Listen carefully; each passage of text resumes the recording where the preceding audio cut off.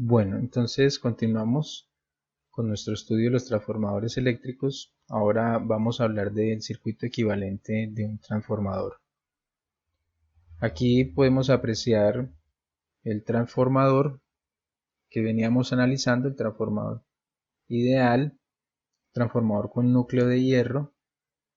Bueno, en ese transformador teníamos simplemente nuestro circuito primario conectado a una fuente de alimentación y nuestro circuito secundario conectado a una carga. Aquí vamos a considerar ciertos aspectos dentro de este transformador. Entonces aparecen un par de resistencias que hemos llamado RP y R sub S. Básicamente estas son las resistencias en corriente directa o resistencia geométrica que nos van a presentar el alambre de los devanados primario y secundario.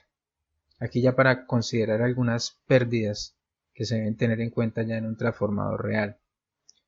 Tenemos acá dos bobinas adicionales que básicamente nos estarían representando el flujo de fuga que representa una pérdida definida en el sistema. También vamos a encontrar las pérdidas por histéresis y por corrientes parásitas, es decir, esto es lo que nosotros tenemos acá como las famosas pérdidas en el núcleo. Vamos a tener una inductancia magnetizante, que es la inductancia asociada a la magnetización que se va a dar en el núcleo por efecto de la corriente que circula por allí, y porque en el núcleo pues se nos va a establecer el famoso flujo mutuo del que hemos estado hablando en videos anteriores. Vamos a tener unas capacitancias referidas en el circuito primario y en el circuito secundario, que son básicamente aquellas que se concentran en estos circuitos. O sea, por efecto de tener acá conductores, se van a presentar ciertas capacitancias entre esos conductores, o sea, un almacenamiento de carga. Y tenemos esta capacitancia que es como la representada o la equivalencia mejor entre los devanados del transformador, es decir, si esto lo viéramos como una placa y esto como otra placa, pues entre estos dos se va a presentar cierta capacitancia. Entonces este sería nuestro transformador ideal, pero ya analizando algunas pérdidas. Aquí era donde hablábamos nosotros la corriente del primario y esta corriente I', que es la necesaria para generar esa condición de equilibrio aquí con la carga que nosotros conectemos en el secundario. Entonces a esto es a lo que le conocemos como el transformador ideal. Ese transformador ideal que vimos en el circuito anterior se puede reducir y entonces es decir, nosotros podríamos eliminar ciertos elementos de aquí o despreciarlos, como estas capacitancias, lo que son muy pequeñas, casi que no, y la frecuencia es muy baja, entonces no nos van a generar altas reactancias.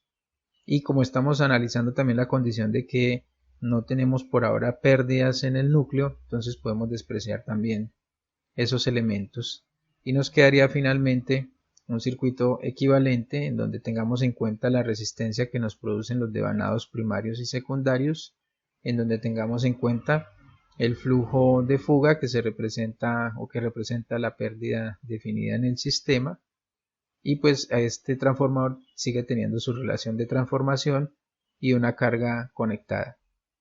Como seguimos trabajando con el transformador ideal, por esa razón, para este caso, entonces nosotros despreciamos todas las pérdidas que tengamos aquí en el núcleo para que lo tengan presente. Bien, si aplicamos entonces lo de la resistencia que se refiere al circuito primario, entonces observen ustedes que acá teníamos en el secundario LS y RS, acuérdense, resistencia que nos producen los devanados y las pérdidas que tenemos nosotros por inductancia. Entonces, así como vimos que la resistencia de carga se ve reflejada en el primario, nosotros podemos pasar estas impedancias también al circuito primario, haciéndolas que se reflejen allá. Y lo haríamos de esta manera. Esta es la resistencia por devanados en el primario y esta, aquí ya des en cuenta que tenemos la relación de transformación al cuadrado por la resistencia reflejada en el circuito primario con respecto al secundario. Aquí ya estamos hablando de reactancia ya no es la inductancia sino la reactancia que me produce esta inductancia. Esta sería la del primario y aquí tenemos la reactancia pero reflejada en el circuito primario con relación a lo que teníamos aquí en el circuito secundario. Entonces, entre estas dos que son reactancias podemos tener una reactancia equivalente. Y entre estas dos que son resistencias podemos tener una resistencia equivalente. Entonces esta sería nuestra resistencia y podríamos decir que por efecto de el cobre o el aluminio que se utiliza en la construcción del transformador, y esta ya sería entonces una reactancia por efecto de esas inductancias y de la corriente que va a atravesar por acá. Vamos a tener una reactancia inductiva en nuestro circuito. Si analizamos el transformador y la carga incluida, entonces lo reducimos aún más. Esta resistencia equivalente ya vimos que es la que nos da de las dos resistencias, tanto la del primario como la del secundario, por efectos del conductor. Esta sería nuestra reactancia inductiva también por circuito primario y circuito secundario. Y ahora aquí tenemos una resistencia de carga, y esa resistencia de carga también se va a ver referida aquí, que sería esta resistencia que llamamos del circuito primario. Entonces será la relación de transformación al cuadrado por la resistencia de carga. Bueno, y tendríamos nosotros aquí esta ecuación que nos permite entonces establecer esos valores teniendo en cuenta pues lo que analizamos de manera anterior. Aquí tenemos unos diagramas que nos permiten establecer tres condiciones en esta resistencia de carga, o en la carga mejor. El primero sería un diagrama vectorial o un esquema vectorial teniendo en cuenta una carga resistiva. Entonces tomamos como fasor de referencia la corriente. Todo esto está referido al circuito primario. Entonces tomamos como fasor de referencia la corriente. Este alfa BL, que es la relación de transformación que tenemos nosotros, pero con respecto, aquí aparece el número de vueltas, pero aquí lo explico yo con los voltajes. Estos voltajes, es decir, el voltaje que tengo acá en el primario, equivale a la relación de transformación por el voltaje que tenga en la carga. Como estamos asumiendo que la carga es resistiva, pues esa corriente va a estar en fase con este componente. Ahora, aquí tenemos I, que es la corriente por la resistencia equivalente, que sería esta de acá, y esa resistencia equivalente, por ser una resistencia, pues estará también en fase.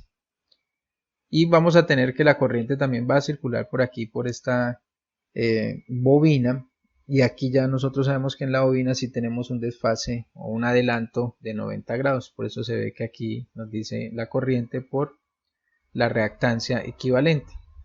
Y como son vectores, entonces el voltaje del generador o el voltaje total pues va a verse representado por este vector del generador. Cuando tenemos un factor de potencia en adelanto, es decir, si la carga aquí ya en el secundario no es una resistencia sino son cargas inductivas y mi factor de potencia queda en adelanto, entonces ya no podemos decir que esta tensión se encuentre en fase con la corriente, sino que va a haber un adelanto. Dependerá del factor de potencia, este ángulo. Por tanto, este vector va a quedar desfasado, va a quedar adelantado. Y ya los demás, es decir, ustedes analizan, estos dos siguen igual y este sería nuestro voltaje.